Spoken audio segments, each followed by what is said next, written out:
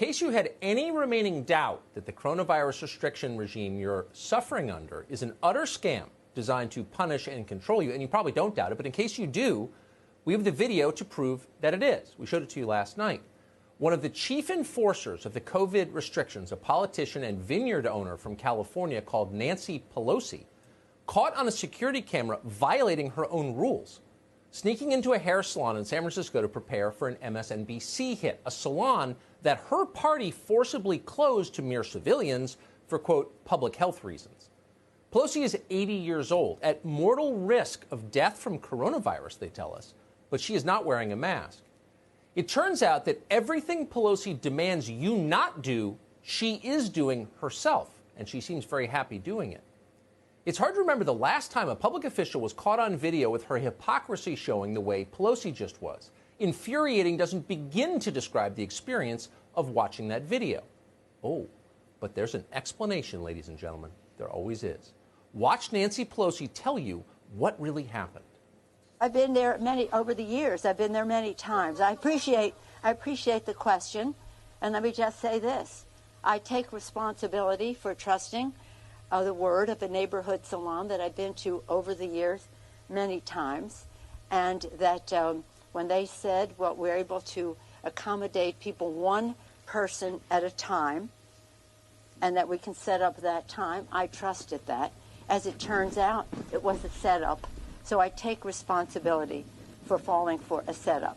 And that's all I'm going to say on that. Nancy Pelosi wants you to know she appreciates the question and that she takes responsibility for being set up and trusting someone who lied to her. In other words, she takes no responsibility at all. None. It's the salon's fault. Nancy Pelosi is the victim here. Well, if you live in Nancy Pelosi's neighborhood or a neighborhood like it, you will recognize this behavior immediately. Yet another self-centered rich lady blaming the help for her mistakes. Where's my bracelet, Carmela? You stole it! You could just hear Nancy Pelosi screaming that at her housekeeper as the bracelet she can't find dangles from her wrist. It's all a metaphor for how liberals see our country. This is how they explain their mismanagement. They attack the people below them. Michelle Obama scolds America for racism and inequality from her $12 million estate on Martha's Vineyard. Joe Biden blames America's problems on beat cops, working-class guys who make $50 grand a year to risk their lives protecting us from criminals. The cops did it, Biden yelps. It's their fault. At the same time, you'll notice that Biden always gives a pass to the people who cause the problems we hire cops to clean up. The real problems, like unemployment and drug addiction and disintegrating families. Biden never mentions the people who cause those problems, his friends at Google, his donors in private equity, his allies in the Chinese government. Biden never blames them. Biden never takes on the powerful. No one on the left ever does. They think Jeff Bezos is a hero because he's rich. They sniff his throne like beagles.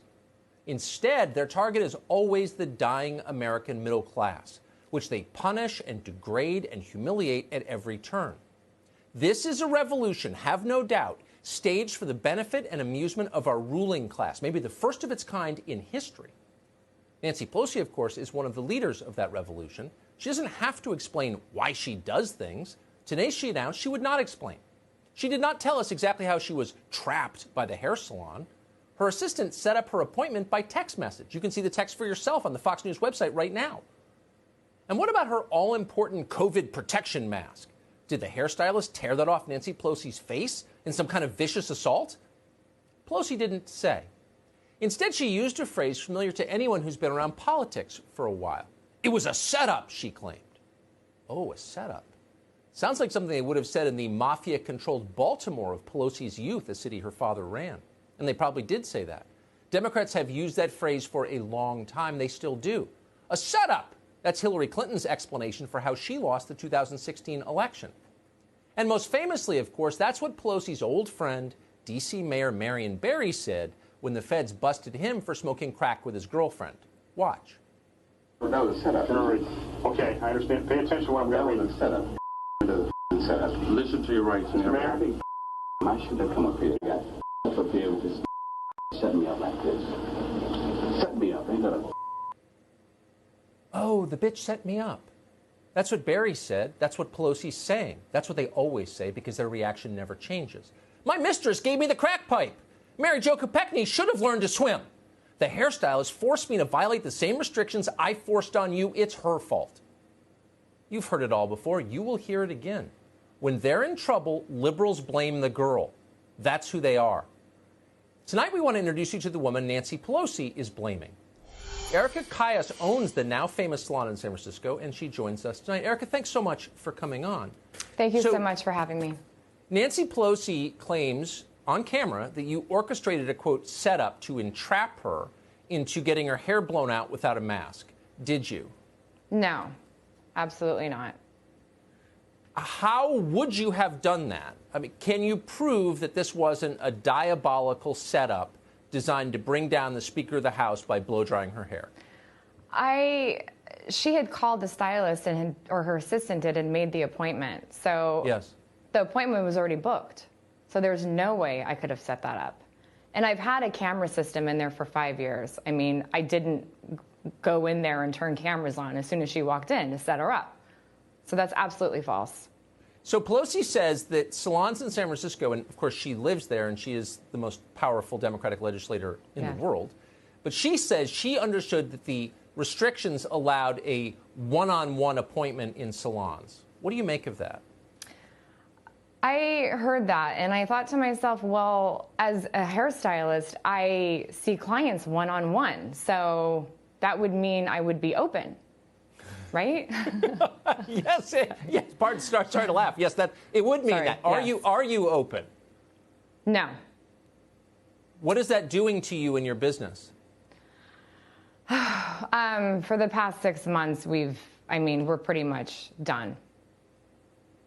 I mean, we've lost at least 60% of our clients. I've lost the majority of my staff.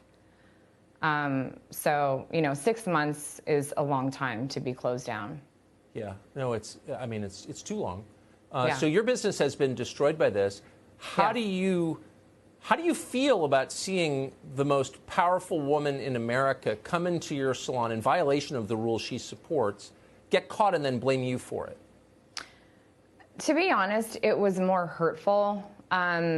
She's been coming in for quite a while, and just to see her come in, and especially not wearing the mask, that's what really got to me. But, this isn't even political. I mean, she's been coming in there. It's the fact that she actually came in and didn't have a mask on. And I just thought about, my staff and people not being able to work and make money and provide for their families. And if she's in there comfortably without a mask and feeling safe, then why are we shut down? Why am I not able to have clients come in? So it's been hard. You're not making a political point. You're making a human point rooted in common sense. And what do you think? I don't know what the answer is. What do you think the answer is? Why can't, if Nancy Pelosi feels comfortable using your salon, why can't civilians use it?